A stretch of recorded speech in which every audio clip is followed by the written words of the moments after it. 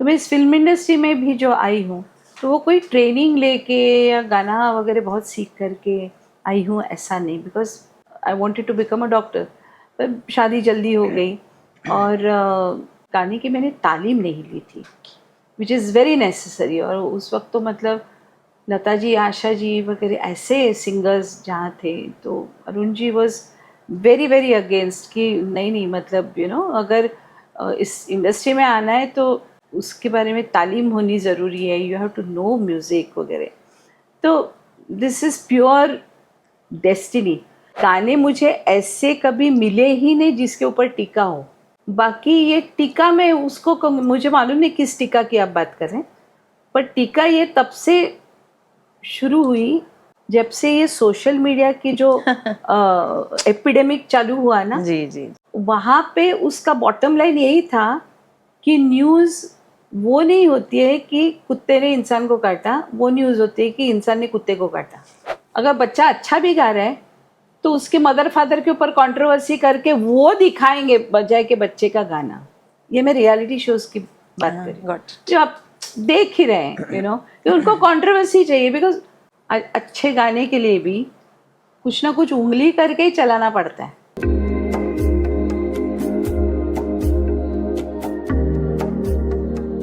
नमस्ते व्यूअर्स, आज हमारे साथ है दिग्गज सिंगर अनुराधा पौडवाल, जिनकी तारीफ मैं चंद लफ्ज़ों में नहीं कर सकती। वो पद्मश्री है, उनको डी.लिट मिल चुकी है, वो यूएस में भी उनका फेलिसिटेशन हो चुका है। पिछले दिनों राम मंदिर में भी वो प्रोग्राम पेश कर चुकी है, ऑफ कोर्स विथ इनविटेशन, और बहुत कुछ कर चुकी है। She is a great philanthropist, और उनके सदाबहार गाने न कि आज की पीढ़ी के लिए लेकिन आने वाली कई सदियों तक हमेशा गुनगुनाए जाएंगे। उनका जो स्थान है वो बहुत बहुत ज़्यादा फेमस है, वो अपना स्थान बना चुकी है। अरुण पौडवाल जी के याद में उनके लिए कृतज्ञता पुरस्कार अनुराधा जी देती आई है वेटरन सिंगर्स के लिए। तो उन्होंने पिछले दिनों मशहूर गायिका उत्तरा केलकर को ये अवार्ड दिया है। आज हम अपनी बातचीत की शुरुआत इसी मुद्दे को लेके करते हैं। नमस्ते अनुराधा जी। नमस्कार। आपका बहुत बहुत स्वागत है। सबसे पहले हम बातचीत की शुरुआत करते हैं। आपने पिछले दिनों सम्मान किया उत्तरा जी का जी। उन्हें अरुण पौडवाल जी के नाम पर जो कृतज्ञता पुरस्कार है वो दिया जी। तो मैं इस पुरस्कार के बारे में और उसके लिए आपने उत्तरा जी जैसी जानी मानी गायिका को क्यों चुना, इसके बारे में बताइए। पिछले 25 से ज़्यादा साल से हम अरुण जी के याद में उनके बर्थडे पे अलग अलग आर्टिस्टों को फेलिसिटेट करते आए हैं, चाहे वो जिन्होंने अरुण जी के साथ काम किया है। उसमें सिंगर्स भी कई आए, और जैसे अरुण दाते जी थे, जाम्बेकर जी थे, और रिकॉर्डिस्ट थे टागुरदा। लास्ट ईयर हम लोगों ने मतलब और एक मेरे सतीन पौडवाल, वो भी ही इज़ अ रिकॉर्डिस्ट, उनके साथ किया। बाकी ऐसे कई सारे लोगों के साथ मतलब उनको हमने ये अवार्ड दिया बेसिकली क्योंकि आज इतने आप देखेंगे कि हर एक इंसान अपनी ज़िंदगी इस तरह से जी रहा है that he is not in contact with पुराने लोगों के साथ। तो इस बहाने उनको बुलाते हैं, पुरानी यादें हम साझा करते हैं। तो इस बार उत्तरा केलकर जी, क्योंकि she is a excellent artist, बहुत ही बढ़िया आर्टिस्ट है वो, और अनिल अरुण के साथ उन्होंने बहुत बहुत सारा काम किया है। मतलब वो ज़माना उन्होंने देखा है बेसिकली, तो बहुत सारी यादें उन्होंने शेयर की, तो इस वजह से उत्तरा जी को अवार्ड दिया। बहुत अच्छा लगा कि आपने उत्तरा जी को इस पुरस्कार के हकदार बनाया और उनका सम्मान किया। अनुराधा जी, थोड़ी सी बातचीत हम राम मंदिर में आपने जो प्रोग्राम पेश किया उसके बारे में कुछ बताइए। राम मंदिर में जब प्रोग्राम के लिए मुझे बुलाया गया, उसके पहले से हमने वर्क्स ऑफ शंकराचार्य हमने शुरू किए थे। तो उसके ज़रिए हमने सौंदर्य लहरी रिकॉर्ड किया, भज गोविंदम रिकॉर्ड किया, ऐसे कई सारी उनकी स्तुतियाँ रिकॉर्ड की। तो क्योंकि राम मंदिर बन रहा था तो मैंने सोचा क्यों नहीं आदि शंकराचार्य की लिखित राम भुजंग स्तोत्र मैं रिकॉर्ड करूं। तो जैसे वो रिकॉर्ड किया तो उनके सामने से ही उनका फ़ोन आया कि ऐसे से, वैसे तो प्रोग्राम नहीं है लेकिन क्योंकि 5 मिनट उनकी जब स्थापना जिस वक्त हो रही होगी, वो चाहते कि 5 मिनट के लिए आप गाएं। तो और भी कलाकार थे, जैसे सोनू निगम थे और शंकर महादेवन था। तो कविता के साथ मेरी बेटी, तो हमने वहाँ पे जाके राम भुजंग प्रयात स्तोत्र गाया। अनुराधा जी, जहाँ तक सिंगिंग में तो आपका एक ऐसा मकाम है, बहुत कम लोगों ने पाया है। तो खासकर स्पिरिचुअलिटी के मामले में आपका नाम दिग्गज जगह पे है, एक हो चुका है, एक समीकरण बन चुका है। तो इस स्पिरिचुअलिटी के पीछे भी कोई वजह है? आपने अभ्यास किया हुआ है या ये अपने आप होता गया या परिवार से मिला है? स्पिरिचुअलिटी ये बचपन से ही, मतलब ये अंगीभूत था, मतलब it was way of life for me. और उन दिनों में कोई ऐसा नहीं था कि पार्टियों में जा रहे हैं, पिक्चर देखने जा रहे हैं, जैसे आज जैसी लाइफस्टाइल बन गई है, तो वैसा नहीं था। मेरे बहुत ही सिंपल फैमिली थी हमारी, और मेरी बुआ थी जिनके पास मैं बड़ी हुई, तो she was very very spiritual. और उनका मेन था कि शाम को, हर रोज़ शाम को रामकृष्ण मिशन जाना, कहीं पे अगर राम कथा हो रही है तो मैं छोटी थी तो उनके साथ हर जगह उनके साथ चली जाती थी। तो आई ग्रू अप विथ स्पिरिचुअलिटी। मुझे मतलब कुछ अलग से, हमारे घर में कोई दिया बत्ती के अलावा और कोई बहुत बड़ी पूजा हो रही है, भगवान के बारे में कोई बातचीत हो रही है, ऐसा कभी भी नहीं था। लेकिन दे वर वेरी सिंपल पीपल, और बस उसी माहौल में बड़ी हुई। फिर जब अरुण जी के साथ शादी हुई, तो उनके घर में भी पूजा पाठ का बहुत ज़्यादा था, तो उसमें मैं ढल गई। तो that was always my lifestyle ही मेरी वैसे थी, मतलब ओरिएंटेशन जो था दैट वाज मोर टुवर्ड्स मतलब भगवान का टेम्पल्स में जाना। और जिस वक्त मैंने डिवोशनल शुरू किए उस वक्त तो फिर हम लोग अलग अलग टेम्पल्स में जाके शूट करते थे। तो फिर वो डायरेक्शन ही लाइफ में, मतलब डेस्टिनी ऐसी थी कि वो लाइफ में उसी तरफ झुकाव ज़्यादा हुआ। आपके करियर का एक और माइलस्टोन है, आपके करियर ने 50 साल पूरे किए हैं। जी आपने गोल्डन पीरियड देखा, 90 का जी डिकेड देखा। जी। तो 50 साल में आपका जो करियर बना है, उभरा है, और अभी भी आप बहुत ही शिखर पर है, जबकि आप न के बराबर गा रही है फिल्म सॉन्ग्स। जी तो कैसा महसूस करती है आप अपने करियर के बारे में? 50 साल आपने बिताए हैं इसमें, और वो भी सक्सेसफुली। देखिए, सबसे पहले तो मैंने आपको बताया कि मैं बहुत ही हम्बल सिंपल फैमिली को बिलोंग करती हूँ, जहाँ पे मेरे फादर को कभी ये नहीं अच्छा लगा कि मतलब हम फिल्म इंडस्ट्री में चले जाएं, क्योंकि वो कॉन्सेप्ट था ही नहीं। सब मतलब सक्सेसफुल लोगों को कम देखते थे, और जिनकी राख हो गई है ऐसे ही लोगों का एग्जाम्पल सामने आता था।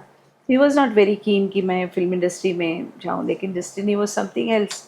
तो मैं इस फिल्म इंडस्ट्री में भी जो आई हूँ, तो वो कोई ट्रेनिंग लेके या गाना वगैरह बहुत सीख करके आई हूँ, ऐसा नहीं। Because I wanted to become a doctor, पर शादी जल्दी हो गई, और इस वजह से गाने की मैंने तालीम नहीं ली थी, विच इज़ वेरी नेसेसरी। और उस वक्त तो मतलब लता जी, आशा जी वगैरह ऐसे सिंगर्स जहाँ थे, तो Arun ji was very very against कि नहीं मतलब अगर इस इंडस्ट्री में आना है तो उसके बारे में तालीम होनी ज़रूरी है, you have to know music वगैरह।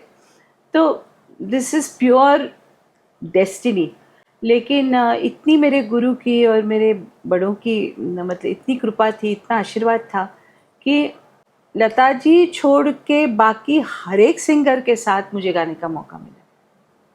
तो वो इटसेल्फ मेरे लिए एक ट्रेनिंग था कि नॉट ओनली कि वो कैसे गाते हैं, वो कैसे खुद को कंडक्ट करते हैं, किस तरह से बिहेवियर होता है उनका। ये म्यूज़िक के साथ आने वाले ये संस्कार है जो कि बहुत ज़रूरी है। तो ये सब मुझे सीखने को मिला। जो वहाँ उस वक्त के जो म्यूजिक डायरेक्टर्स थे, बहुत ही, जैसे बाबूजी थे, सुधीर फड़के जी थे, अन्ना के साथ मैंने गाया, श्री रामचंद्र के साथ, भले एक एक गाना गाया लेकिन गाया है। शंकर जयकिशन जी हैड पास्ट अवे, तो शंकर जी थे, उनके साथ एक गाना गाया। अविनाश व्यास थे, मतलब ये मैं सीनियर्स की बात कर रही हूँ, जी, अनिल अरुण जी। वगैरह तो थे ही, जी, मतलब वो दे वर द नेक्स्ट जनरेशन। लेकिन SD बर्मन जी ने मुझे लॉन्च किया, तो ये एक बहुत ही बड़ी, वेरी रेयर, मैं अपने आप को समझती हूँ कि वेरी रेयर थिंग कि इतने लोगों का आशीर्वाद मिलना, इतने दिग्गजों का। तो मेरे लिए ये बहुत मायना रखता है, और उनके वो संस्कार मेरे साथ अभी भी रहे हैं। कितनी खुशी मिलती, या इस आपका रास्ता उबड़ खाबड़ भर रहा, सफलता मिली, कई बार टीका भी मिली, तो क्या आपको लगता है कि सफलता के रास्ते ऐसे ही होते हैं, मुश्किलों भरे? आपको लगता है कि उबड़ खाबड़ वाले रास्ते थे, मेरे लिए उबड़ खाबड़ वाले नहीं थे। नहीं थे। उसका रीज़न मैं बताती हूँ जी। कि मैं शुरू से ही कभी एम्बिशियस नहीं रही। Oh yes. ओके, अड़चने किसको आती है? जिसने डिसाइड किया कि मुझे वहाँ पहुँचना है, और फिर वो रास्ते बीच बीच में नहीं मिलते। राइट। जब कोई एम्बिशन ही नहीं रखी, जो मिलता गया उसे मैं गाती गई, जो गाने चले वो चले। तो that is one very big point जो मतलब मेरी ज़िंदगी में मुझे जो भी सफलता ईश्वर ने दी, तो उसके साथ एक पीस ऑफ माइंड मिला, because I was never ambitious. Yes. Okay, secondly आपने कहा कि टीका भी मिली, मतलब गाने मुझे ऐसे कभी मिले ही नहीं जिसके ऊपर टीका हो। वो एक सेकेंड बहुत ही बड़ा आशीर्वाद है। जी जी जी। बाकी ये टीका में उसको मुझे मालूम नहीं किस टीका की आप बात कर रहे हैं, पर टीका ये तब से शुरू हुई, मतलब किस, मेरे लिए नहीं, किसी के लिए भी, जब से ये सोशल मीडिया की जो एपिडेमिक चालू हुआ ना, जी जी। वहाँ पे उसका बॉटम लाइन यही था कि न्यूज़ वो नहीं होती है कि कुत्ते ने इंसान को काटा, वो न्यूज़ होती है कि इंसान ने कुत्ते को काटा। समझे? तो उसके लिए वो ज़बरदस्ती कुछ ना कुछ उल्टा पुल्टा बोलना, तो now that is become a way of life, तो कोई फर्क भी नहीं पड़ता है। इन 5 दशकों के सफ़र में क्या बदलाव देख रही है अनुराधा जी आप, जहाँ तक फिल्म संगीत का सवाल है? फिल्मों में म्यूज़िक का कम हो जाना, इस सारे बदलावों को आप किस रूप में लेती है? देखिए, जिस वक्त मैं इस इंडस्ट्री में आई, जैसे मैंने आपको बताया, it was pure wholesome music, जी जी। और जो लोग म्यूजिक जानते थे ना, वही म्यूजिक देते थे।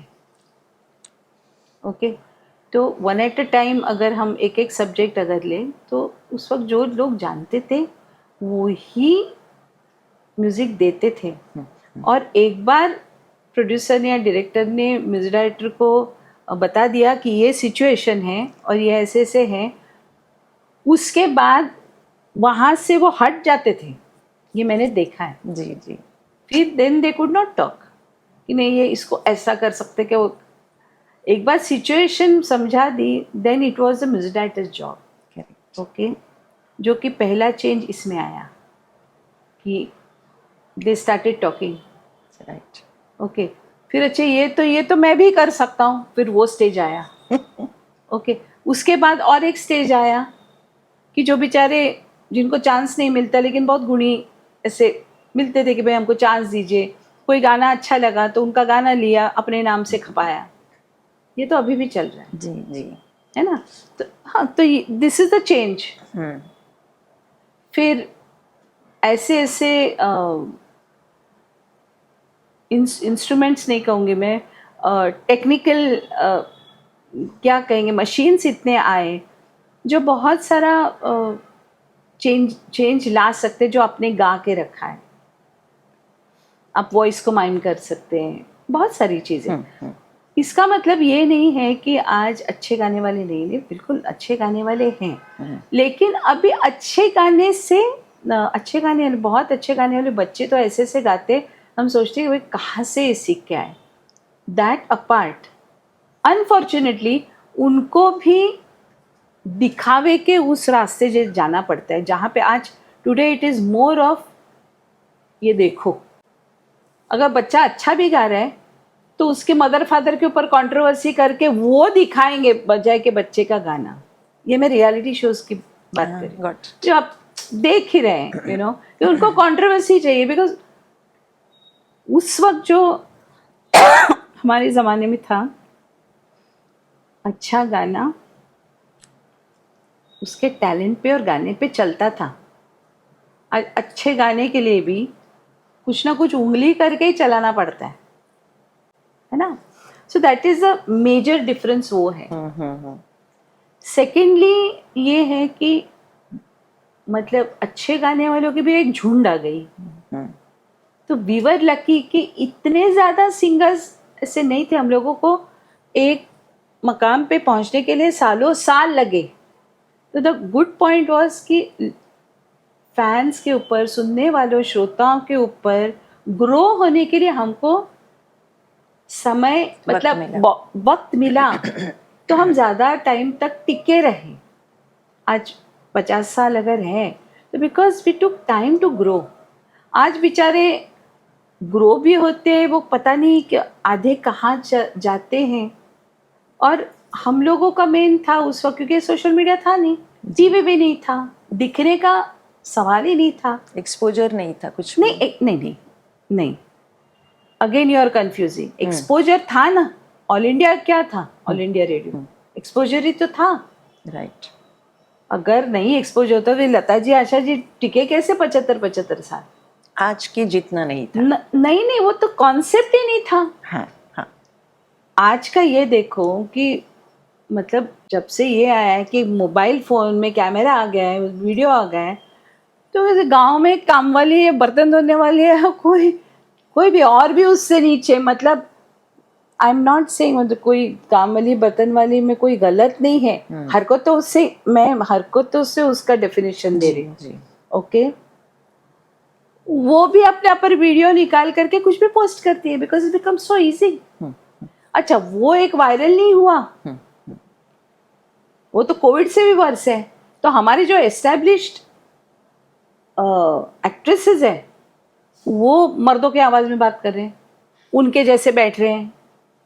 मतलब एक था ना अपने संस्कारों के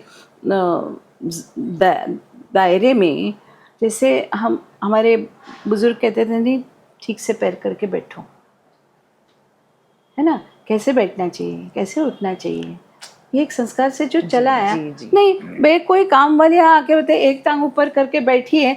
तो हमारे आर्टिस्ट, अच्छे आर्टिस्ट जिनको बड़ी बड़ी फिल्म मिली और बहुत हिट हुए उनकी फिल्में, वो भी इनके जैसे कहते भाई क्या ज़रूरत है। नहीं, बिकॉज वो चला है ना, कुछ भी चला है तो वो वैसे करेंगे। ये बहुत ही दर्दनाक दौर ये आया हुआ है, विच इज़ वेरी सैड। एक बेसुरा गाता है और वो अगर चल गया तो 10 सुर में गाने वाले भी वैसे गाने लग जाते हैं। सही। अगर कोई एक का गाना चला, अच्छे अरे तुम्हारी आइडेंटिटी ऑलरेडी है, तुम्हारे गाने हिट है, वो भी आवाज़ बदल करके, आवाज़ हिला करके, वॉइस हिला करके उनके जैसे गाने, तो एक वन अपमनशिप जो होता है ना, हाँ वो कर सकता, हम भी हैं। That is a very sad. और बेसिक मुझे लगता है कि ये सब जो चीज़ें हुई है is basically because of insecurity. क्योंकि जिसने जो कुछ भी हासिल किया है, ही इज़ नॉट सेटिस्फाइड कि हमने मतलब हम वी गॉट द बेस्ट, उससे सेटिस्फाइड नहीं। बच्चों के साथ भी वो बराबरी करने जाएगा। That is the sad part. ये उस वक्त नहीं था, 50 साल पहले जो था, it was a very healthy competition. अगर किसी म्यूजिक डायरेक्टर का गाना बहुत अच्छा हिट हुआ, बाकी उनके घर पे पहुंच जाते थे, तू सुना कि तुमने बहुत अच्छा गाना किया। वो उस वक्त बेसिक डिफरेंस जो आया है वो इसमें आया है। और फिर देन जैसे आपका डीएनए चेंज होता है, जैसे आपका नज़रिया चेंज होता है, तो आपका म्यूज़िक ऑब्वियसली चेंज होगा। वो स्थिरता लाने वाला म्यूज़िक, आप में खुद स्थिरता नहीं तो स्थिरता लाने वाला म्यूज़िक देंगे कहाँ से देंगे। लेकिन हैविंग सेड दैट, कुछ गाने बीच में आ जाते हैं जो बहुत अच्छे हैं। फिल्मों में गीत संगीत नहीं के बराबर है। हर बड़ा दिग्गज मेकर कह रहा है कि फिल्में नहीं चल रही है, लोग ओटीटी की तरफ मुड़ रहे हैं। वो इसलिए नहीं चल रही है बिकॉज गुलशन जी वो एक चीज़ बहुत अच्छा बहुत अच्छी बोलते थे, उनका इतना विजन था। उन्होंने बोला कि फिल्में फ्लॉप नहीं होती है, उनकी प्राइस फ्लॉप होती है। सी यू हैव टू सी कि आप जितना मांग रहे हैं उतना रिकवरी भी तो होनी चाहिए ना। एब्सोल्युटली। तो रिकवरी अगर होती है और फिर बचता है तो वो प्रोड्यूसर जाके दूसरी फिल्म बनाएगा ना। अगर करोड़ों करोड़ों में मतलब 150 करोड़ न 100 करोड़ न 200 करोड़ अगर चार्ज, कहाँ से अच्छी फिल्में बनेंगी, कहाँ से वो इन्वेस्ट करेंगे। सो it is not the film which flops, it is a cost, budget, it is a budget which makes it flop. पर ये भी तो बात है ना, जहाँ तक हम संगीत की बात करें, संगीत फिल्मों का आत्मा रही है हमेशा। अब आज भी कई लोग ऐसा कहते हैं कि आशिकी जैसी फिल्म एक नॉर्मल लव स्टोरी थी, लेकिन फिल्म बेतहाशा चली। आज भी लोग बिल्कुल, क्योंकि इंडियन ये जो लोग हैं ना, ये मतलब दे आर इन लव, तो सुरों को प्यार करने वाले लोग हैं, है ना। लेकिन 90s तक ये दौर था कि एक हीरोइन की वॉइस तो उनके ऊपर चलती, भाई खूबसूरत हीरोइन है तो आवाज़ भी वैसी होनी चाहिए। उसके बाद ये बदलाव आया कुछ साल पहले तक कि हीरोइन ही वैम्प हो गई। कितनी सारी फिल्में आई यस, जहाँ वैम्प का रोल वो करने लगी। अगर हीरो भी नेगेटिव करने लगे, हीरो नेगेटिव करने लगे, और तो और वैम्प का रोल अगर वो कर रहे थे तो आवाज़ें भी वैम्पिश आने लगी। वो मीठी आवाज़, जो एक कॉन्सेप्ट था ना कि हीरोइन है तो फेमिनाइन है तो ये ऐसी आवाज़ होनी चाहिए, वो चेंज हो गया। तो सी हर एक चीज़ में वो चेंज आते गया। मुझे याद है कि गाने ज़्यादा डालने के लिए बहाना ही चाहिए होता था कि एक फिल्म बनाओ। क्यों, वैसे गाने कैसे दिखाएंगे या सुनाएंगे, इस वजह से वो फिल्म बनती थी। लाल दुपट्टा क्या था? Correct, Lal dupatta it was an album. तो जब पता चला कि भाई टीवी पे नहीं चला सकते because it's not a film, हाँ तो बना दो, इसके बीच बीच में कुछ शूट करके डालो, ऐसे करके वो फिल्म बनी है। 20 दिन में फिल्म बनी है। वाओ। क्यों? फिल्म के लिए नहीं, सॉन्ग्स के लिए। तो आपका देखने का नजरिया क्या होता है, इट्स वेरी इंपॉर्टेंट। और पूरी दुनिया में कैसे कि हिंदुस्तान का जो म्यूजिक है वो because of the film and film songs. आज भी आप देखिए कि मुकेश जी के कौन से गाने हुए गाने, तलत महमूद जी के कौन से गाने गाए हुए, आज भी लोग वहाँ सुनते हैं। और मतलब वो जुड़े हुए हैं हिंदुस्तान से गानों की वजह से। और the way heroines to dress, कि वो फैशन बन जाती थी। लिटरली एयरपोर्ट पे कभी कभी लोग मिलते हैं या अब्रॉड जाते तो लोग मिलते जो पूछते थे कि हमको समझ में नहीं आता कि हम अभी फैशन किसको बनाएं, यू नो, कि मतलब एक कोई शॉप चल पड़ती थी कि भाई इसमें इस हीरोइन ने ये डाला है, ये गहने पहने हुए हैं। अभी तो वो पूरा चेंज ही हो गया है। सो एवरीथिंग, वो जो कल्चर को दिखाने वाला, जो एक शोकेस करने वाली जो फिल्म होती थी, उसी का मतलब पूरा ढांचा ही चेंज हो। जी जी बिल्कुल। अनुराधा जी, इतनी आपने सदाबहार गीत गाए, आने वाली कई जनरेशन तक रहेंगे, याद करेंगे। क्या आपको नहीं लगता कि इट वॉज अ मिस्टेक, क्योंकि आपने गाना स्टॉप करने के बाद, I should not name the singer, female singers, वो लाइमलाइट में आ गए क्योंकि आपने गाना छोड़ दिया, आपके सारे गाने उनको मिल गए, जिस सफलता की आप हमेशा के लिए हकदार थी। तो wasn't नहीं, it? सबसे पहली बात तो ये है कि ये मैंने पहले तय किया था, क्योंकि जब मैंने केम इन द इंडस्ट्री, मैंने ये देखा था कि जो बहुत ही दिग्गज कलाकार है, अगर हर एक का अप एंड डाउन टाइम तो होता है, अगर उनका थोड़ा सा भी डाउन पीरियड, थोड़ा सा भी, यू नो, मतलब इतना देने के बाद, मतलब जो उन्होंने इंडस्ट्री के लिए दिया है, मैं तो कहूँगी कि पूरे इंडस्ट्री को, इन 4-5 लोगों के कंधों के ऊपर तो पूरी इंडस्ट्री रही है। जी जी। तो उनको नहीं बख्शा, मतलब जो जिनको सुर लगाने की अक्ल भी नहीं है, उन्होंने नहीं आजकल कुछ ये जब मैंने फर्स्ट टाइम सुना, उसी वक्त मैंने तय किया था कि जिस वक्त मुझे ईश्वर की कृपा से बहुत अच्छा सक्सेस मिलेगा और सो कॉल्ड मतलब नंबर 1 की पोजीशन मिलेगी, उसी वक्त मैं ऑन माई ओन उसको मतलब उसको साइड में करके मैं डिवोशनल की तरफ जी जाऊंगी। बिकॉज फिल्म इंडस्ट्री में क्या होता है कि और dependent on so many people, film चलनी चाहिए। अभी ये बात अलग कि आशिकी वगैरह वो फिल्मों की वजह से चली, जैसे ओपी नायर जी के गाने इतने सुपर हिट थे, उसकी वजह से फिल्म चली। तो आशिकी, दिल के मानता नहीं वगैरह, ये सभी ये बिकॉज ऑफ द म्यूजिक ये फिल्म जी। चली है। तो किसी के पास जाके मुझे एक गाना दीजिए, और ये कभी मेरे खून में ही नहीं था। तो बस वो सक्सेस देख लिया, और बाकी तो उसको कोई एंड ही नहीं है ना। इट्स लाइक मतलब नंबर 1 होना मतलब it's like climbing an Everest mountain. तो अभी लोगों को प्रूव करने के लिए क्या रोज थोड़ी ऊपर जाके नीचे है।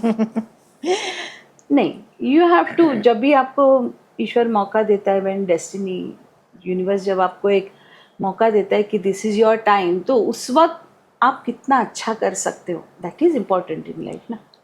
बाकी तो आप देखेंगे तानसेन के बाद सिंगर्स आए हैं ना, कि ऐसा नहीं कि तानसेन नहीं है तो गाना रुक गया, नो, ऐसा नहीं होता। तो ये गलत है कि अच्छा मैं नहीं गाऊंगी तो वो गाएंगे।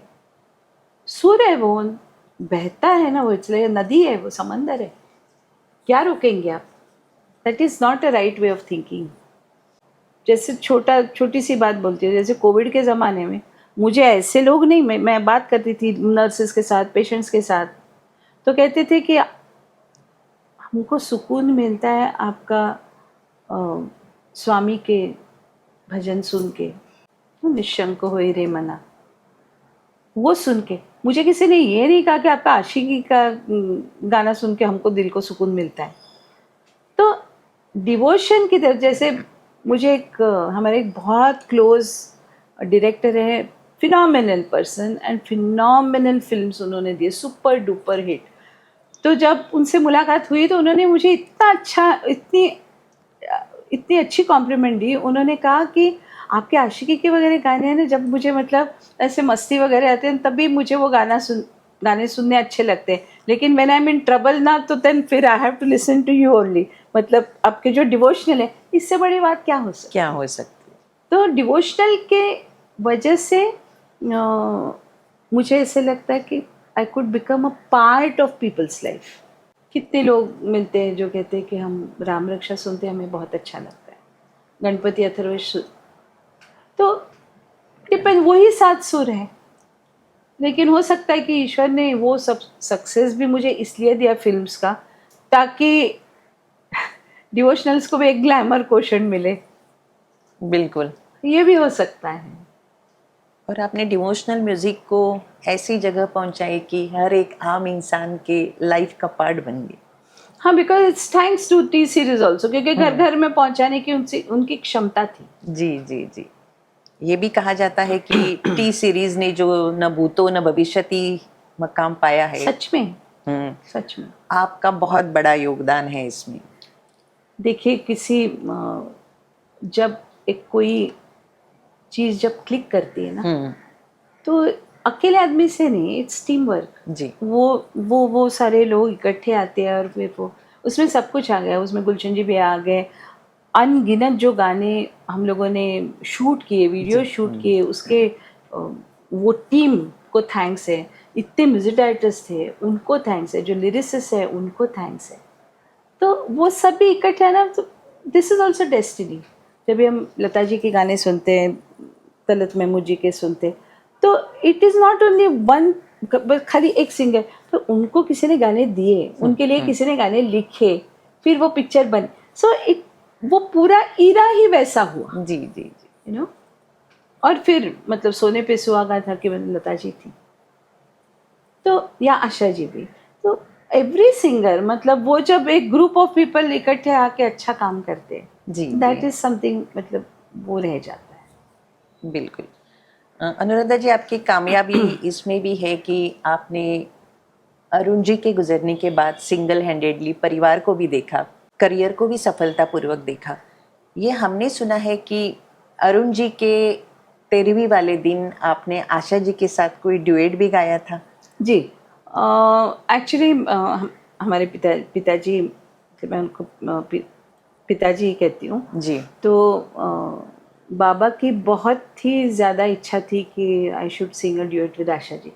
और Arun ji was a perfectionist, तो उनको लगता था कि नहीं नहीं एकदम आशा जी के साथ ड्यूएट गाने से मतलब ये कोई गाना सीख ही नहीं है वगैरह। तो उनको ऑफ कोर्स मतलब उनकी जगह पे मैं Concern था होती तो मुझे भी लगता कि आई कैन नॉट, मतलब मैं ऐसे नहीं जस्ट बिकॉज ये मेरी भी आज का मतलब कितना डिफरेंस है नहीं। मतलब तो रोज एक 10 तो मैसेजेस होते, मेरी बीवी गाती है, मेरी ये गाती है, मेरी वो गाती है, जरा इसका गाना सुनिए, रोज गाने भी भेजेंगे मेरी बीवी का गाना सुनिए। तो एम्बैरेसिंग होता है, वो कॉन्सेप्ट था ही नहीं उस वक्त। जी जी।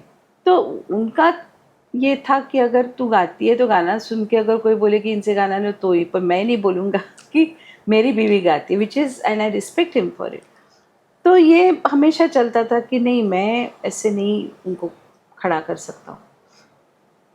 तो वो जब कनाडा गए थे उस वक्त हृदयनाथ जी का फ़ोन आया और उन्होंने कहा कि ऐसे ऐसे गाना एक है।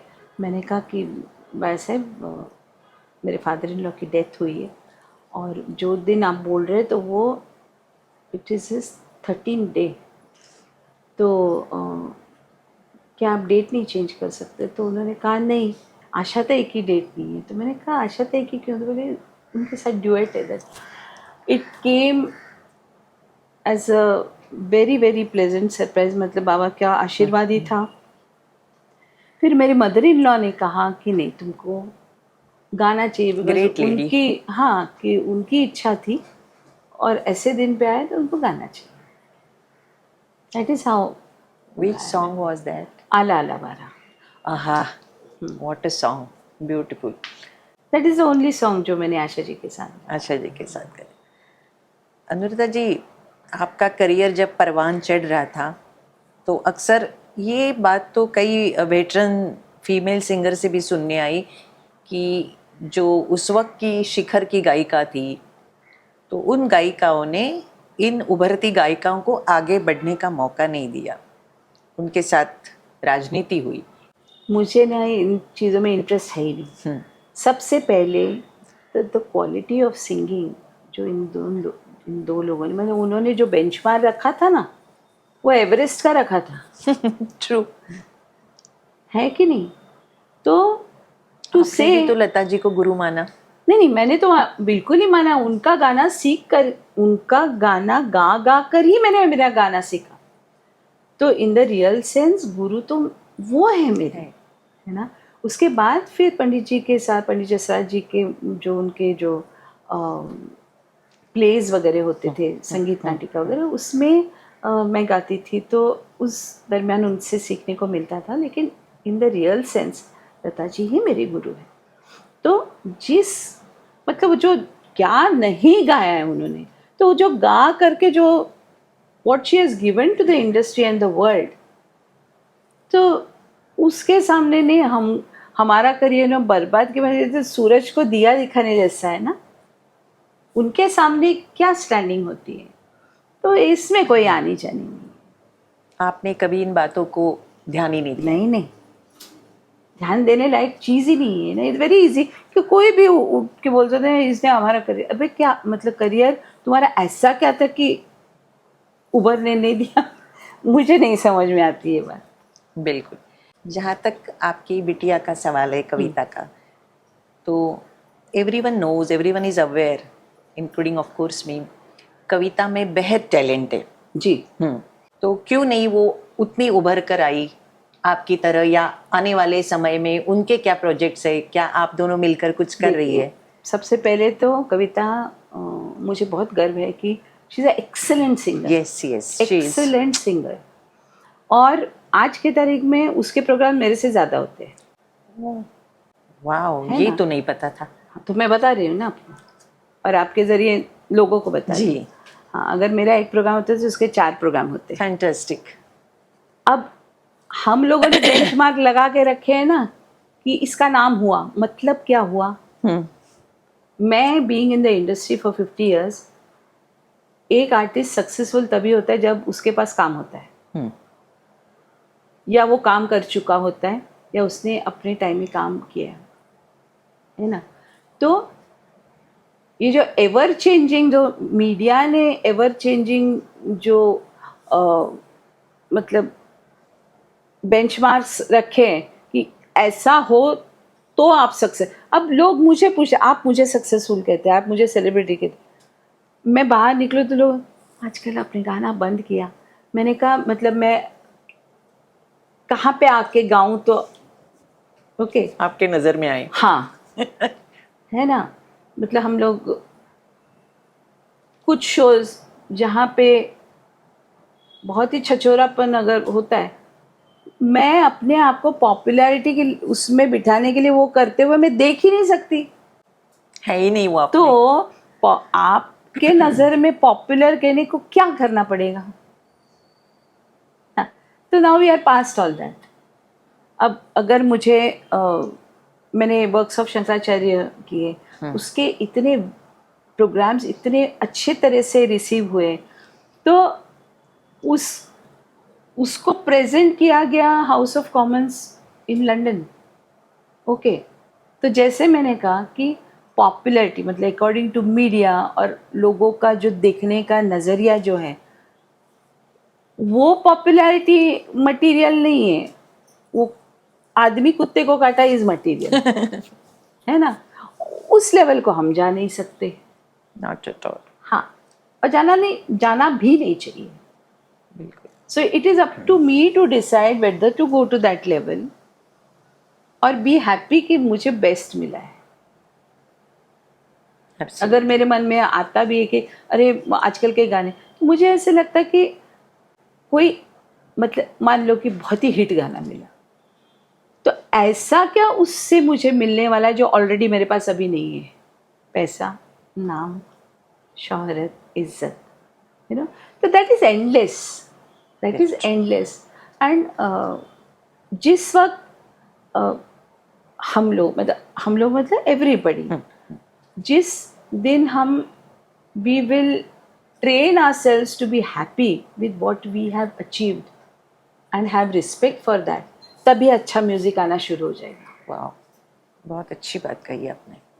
अदरवाइज कुछ भी दो, पॉपुलैरिटी ले कुछ भी करो, उन्होंने जैसे हम मराठी में माकड़ चेष्टा कहते हैं, है ना, वैसे करो तो वैसे, यू कांट डू दैट। तो फिर मतलब आपका स्तर गिरेगा ना म्यूजिक का। सो कमिंग बैक टू कविता और आप, क्या आप दोनों मिलकर कोई एल्बम कर रही अब है? शंकराचार्य में she is helping me out, हम लोगों ने दोनों ने मिलके किया है। अरे very good. Any programs that you are doing both together? Generally we are both together, उसके सोलो प्रोग्राम्स में वो अकेले करती है, और चौकी में उनका, चौकियों में वगैरह जगराते में उनका बहुत नाम है। अब ये हमारे हिंदुस्तान में वो एक बात करने की स्टाइल ही वो ऐसी है कि वो किसी की भी बात करेंगे। जैसे अरे कविता पौड़वाल का सुना, मैं बहुत अच्छा गाती है, वो अनुराधा की बेटी है, और बात करने का स्टाइल ही है, मतलब नॉट ओनली कि जब मैं जिंदा हूँ उसके बाद भी वो बोलेंगे वो मेरी बेटी है, और वो है तो है, इसे नहीं कोई बदल सकता, है ना। लेकिन that does not mean that she is not good, she is exceptional. मतलब जब वो स्टेज पे जाती है तो स्पेल बाउंड ऑडियंस को स्पेल बाउंड करके रखती। यही तो क्षमता है, यही तो टैलेंट है। बिल्कुल बिल्कुल। क्योंकि इंडस्ट्री में पिछले कुछ सालों से ये बात होती रहती है ना, नेपोटिज्म की वजह से स्टार सन्स और स्टार डॉटर को काम नहीं मिलता, कहीं इसका तो ये नहीं ना? वो होता होगा, बट फॉर्चुनेटली हम उस होड़ में है ही नहीं। ओके, आप देखेंगे कि कई बार बड़े बड़े होर्डिंग्स हम लोग देखते हैं, तो मुझे अभी तक याद है पहला होर्डिंग जब मैंने देखा कि संगीत का World War III के 2, संगीत और वॉर ये बेसिकली दो चीज़ें साथ में नहीं जाती। तो जहाँ उसको हर एक चीज़ को सेंसेशनलाइज करने का जो ये जो दौर चालू हुआ है ना, शुरू हुआ है ना, उसमें गड़बड़ हुई है। तो this is it. Anurag ji, 2-3 सवाल ऐसे है, अलग है, मतलब अब जैसे मॉनसून लगभग शुरू हो चुका है, तो मॉनसून और म्यूजिक का एक कॉम्बिनेशन है, तो जब भी मॉनसून शुरू होता है तो आपके दिलो दिमाग में कौन सा मॉनसून का गाना आता है जो आप मन ही मन गुनगुनाती हो? बहुत ज़्यादा। और मैं बताऊं आपको कि मैं मेरे लिए म्यूज़िक ये ऐसी चीज़ है ना, वो 24/7 मेरे साथ वो होता ही है। इन बिल्ट है। हाँ, इनबिल्ट है। मतलब वो मानसून हो, गर्मी हो, सर्दी हो, कुछ भी हो, म्यूज़िक मेरे साथ मतलब हमेशा कोई भी म्यूज़िक, वेस्टर्न है, क्लासिकल है, हमारे पुराने गाने हैं, वो सारे मतलब मैं सुनती ही हूँ। कोई एक आध बारिश का गाना? आला आला वारा। ओ यस, आपने भी जिससे गाया है। सुपर। कोई हिंदी का सॉन्ग? प्यार हुआ है, इकरार हुआ है, आहा, which super was hit. picturized in जी rains. जी बिल्कुल। जब देशभक्ति की बात आती है 15 अगस्त या 26 जनवरी, तो पूरा देश भक्तिमय राष्ट्र प्रेम से भर जी जाता है। जी। तो ऐसे में कौन सा गाना आपके दिमाग में आता है या आपको लगता है कि देखिए हमारा जो नेशनल एंथम है उसके नीचे अगर कोई गीत है, प्लीज है मेरे वतन के लोग, वेरी मतलब वो ट्रू। दर्जा मिल गया है उससे, उस गीत। आने वाले प्रोजेक्ट्स के बारे में कुछ कहेंगी आप नया क्या करने जा रही है? आदि शंकराचार्य आदि है और वो हमेशा रहेगा। जितना भी हम करें, we have to be grateful कि हमें करने का मौका मिल रहा है। और कुछ कहना चाहेंगी आप?